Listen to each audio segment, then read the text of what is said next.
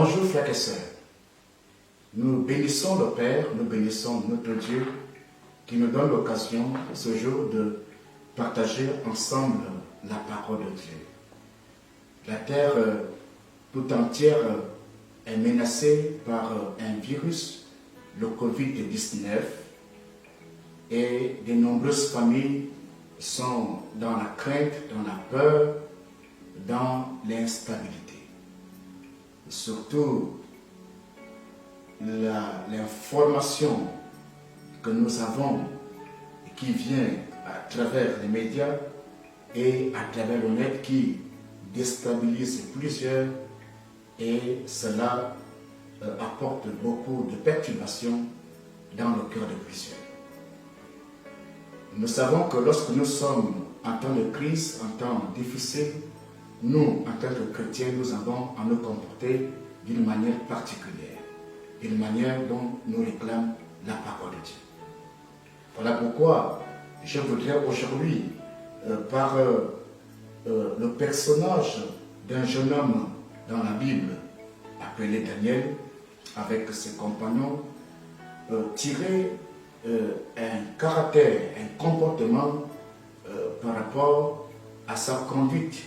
Parce qu'à l'époque, il était en captivité dans le pays de Perse, au temps de Nebuchadnezzar, le roi Nebuchadnezzar, ce grand homme d'État qui avait eu le songe, un songe venant de Dieu, et qui révélait les choses à venir. Malheureusement, cet homme va manquer d'explication, mais aussi il avait oublié ce qu'il avait vu pendant sa bouche. Et c'est suite à cela qu'il prendra une décision de supprimer, de mettre à mort tous les sages qui étaient dans sa nation, y compris Daniel et ses compagnons. Il est bien vrai que Daniel a eu peur pour sa vie. Il a eu peur pour la vie de ses compagnons, il a eu peur pour la vie des sages de Babylone qui étaient menacés. Mais avec beaucoup de courage, homme de foi, cet enfant a mis un caractère qui aujourd'hui, je pense, peut nous conforter, peut nous aider en ce temps difficile que nous sommes en train de traverser. Alors, j'aimerais nous inviter à lire le chapitre 2 de Daniel, au verset 14. La Bible dit ceci: alors Daniel s'adressa d'une manière prudente et sensée à Arjoc, chef des gardes du roi, qui était sorti pour mettre à mort les sages de Babylone. Il prit la parole et dit à Arjoc, commandant du roi, pourquoi la sentence du roi est-elle si sévère? Arjoc exposa la chose à Daniel. La première chose que le frère Daniel fera était celle d'avoir la bonne information auprès de celui qui était capable de lui apporter. Et c'est ce qu'il a fait. Après avoir reçu la bonne information, il a pris son courage en tant qu'homme de Dieu, en tant qu'homme de foi, pour se présenter devant le roi. Et ce que nous remarquons, c'est que Daniel avait un esprit tempéré, un esprit calme.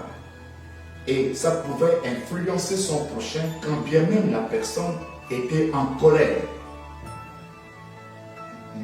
Les arguments qu'il apportera au roi Nebuchadnezzar vont même amener cet homme d'État à attendre et lui accorder la possibilité de se rendre auprès de son Dieu. Voilà comment Daniel s'était comporté en son temps. Devant la crise, devant la mort, devant les temps difficiles. Nous, chrétiens, nous devons faire très attention. Lorsque nous avons des informations, l'information peut faire du mal, tout comme elle peut faire du bien.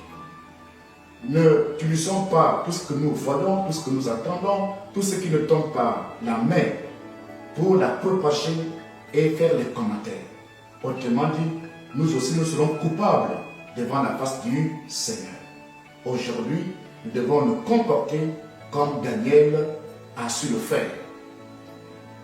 Il est allé auprès de celui qui avait la formation et il s'est orienté pour demander la grâce de se mettre en prière. Et c'est ce qu'il a fait.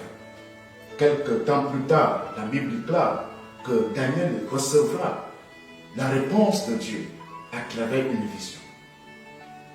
À cause de sa manière de faire, il a pu sauver non seulement sa vie, la vie de ses compagnons, mais aussi la vie de tous ceux qui étaient appelés à mourir. Parce qu'il a manifesté le caractère du chrétien. La terre passe par des temps difficiles. Ce n'est pas le temps pour nous d'agir n'importe comment. Nous devons savoir ce que Dieu dit de ce qui se passe. Intercéder pour que l'épidémie puisse s'arrêter. Intercéder pour que ceux qui sont atteints, vraiment, que Dieu apporte la guérison, que Dieu relève et que Dieu épargne notre cher pays et la terre entière. Tel doit être notre comportement au jour d'aujourd'hui. Je voudrais remercier le Seigneur qui est un Dieu de grâce, un Dieu de bonté, le Dieu tout-puissant. Notre Dieu est le Dieu tout-puissant, le Dieu qui répond à la prière, le Dieu qui révèle des choses cachées, le Dieu qui est capable de tout. Le Seigneur est capable d'éradiquer le virus Covid-19. Nous qui marchons par la foi, ayons cette foi bien-aimée. Aussi, nous devons nous conformer à ce que l'État nous demande de faire pour éviter d'être contaminés. Je voudrais exhorter tout le monde vraiment à se montrer sage et plein de douceur. Et je voudrais que le Seigneur nous apporte un plein succès, que Dieu nous garde, que Dieu nous protège pendant ces temps difficiles que nous sommes en train de traverser. Que tous les chrétiens soient calmes chez eux. Dieu est vivant, Dieu est puissant et Dieu est capable. Et que Dieu vous bénisse.